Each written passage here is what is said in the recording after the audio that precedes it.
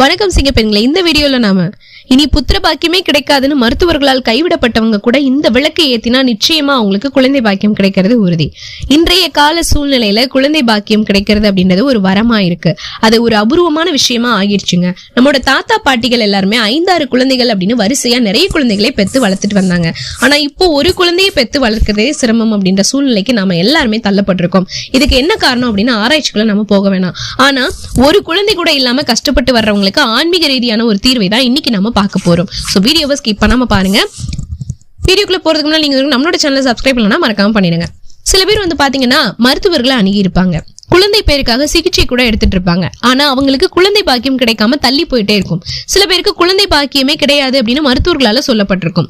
ஜாதகத்திலையும் குழந்தை பாக்கியம் இல்லைன்னு சொல்லியிருப்பாங்க. அப்படி இருந்தாலும் நீங்க நம்பிக்கையோட இந்த ஒரு வழிபாட்டை செஞ்சு பாருங்க. நிச்சயமா உங்களுக்கு குழந்தை பாக்கியம் கிடைக்கிறதுக்கு நிறையவே வாய்ப்புகள் இருக்கு. இந்த பரிகாரத்தை முருகப்பெருமானை நினைச்சுதான் நீங்க செய்யணும். சிகிச்சையோட சேர்த்து இந்த பரிகாரத்தையும் நீங்க முயற்சி பண்ணணும். எந்த காரணத்தை கொண்டும் நீங்க மேற்கொள்ற சிகிச்சையை கைவிட்டுறாதீங்க. அதே மாதிரி இந்த ஒரு வழிபாட்டையும் நீங்க கைவிட்டக்கூடாது. உங்க வீட்டுக்கு பக்கத்துல இருக்கிற ஏதாவது ஒரு பழமையான முருகன் கோவிலா பார்த்து தேர்ந்தெடுத்துக்கோங்க. செவ்வாய்க்கிழமை, வியாழக்கிழமையில இந்த தீபத்தை நீங்க ஏத்தணும். இந்த 2 கிழமையில ஏதாவது ஒரு கிழமையை நீங்க தேர்ந்தெடுத்துக்கலாம்.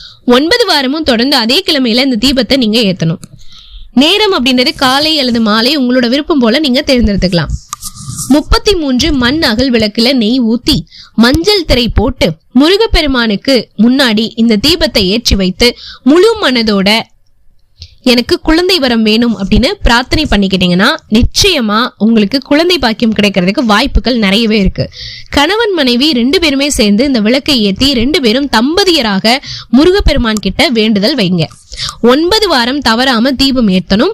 பெண்களால தீபத்தை ஏற்ற முடியாத சூழ்நிலையில அந்த கணவர் போய் இந்த தீபத்தை ஏற்றி வழிபாடு பண்ணலாம். இந்த மாதவிடாய் அந்த மாதிரி வரும் இல்லையா, சோ அதனால அவர் உங்களுடைய கணவர் போயிட்டு இந்த வழிபாடை மேற்கொள்ளலாம். தொடர்ந்து 9 வாரங்கள் விடாம இந்த விளக்கை ஏற்றும் போது நல்லதொரு பலன் கூடிய சீக்கிரத்துல கிடைக்குங்க. இந்த பரிகாரத்தை முடிஞ்சா விசாக நட்சத்திரத்தை அன்னைக்கு இல்லைன்னா சஷ்டி திதி அன்னைக்கு நீங்க தொடங்குங்க. அதாவது செவ்வாய்க்கிழமை அன்னைக்கு விசாக நட்சத்திரம் கூடி வரும்போது, வியாழக்கிழமை அன்னைக்கு விசாக நட்சத்திரம் கூடி வரும்போது, அதே சமயம் இந்த 2 கிழமைகள்ல சஷ்டி திதி வந்தால் கூட அந்த நாள்ல இந்த பரிகாரத்தை தொடங்குறது ரொம்ப ரொம்ப சிறப்பானதா சொல்லப்பட்டிருக்கு. வாய்ப்பு இருந்தா இந்த தினத்துல பரிகாரத்தை தொடங்க பாருங்க.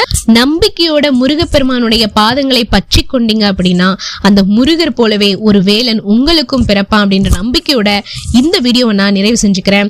இந்த வீடியோ உங்களுக்கு ரொம்பவே பயனுள்ளவே இருந்திருக்கும் நம்புறேன். யூஸ்ஃபுல்லா இருந்துச்சுன்னு ஃபீல் பண்ணீங்கன்னா லைக் பண்ணுங்க, நிறைய பேருக்கு ஷேர் பண்ணுங்க. மேலும் எந்த ஒரு வழிபாட்டை மேற்கொண்டு உங்களுக்கு நல்ல விஷயம் நடந்தது அப்படின்னா கண்டிப்பாக அதை மறக்காம கமெண்ட் பாக்ஸ்ல சொல்லுங்க.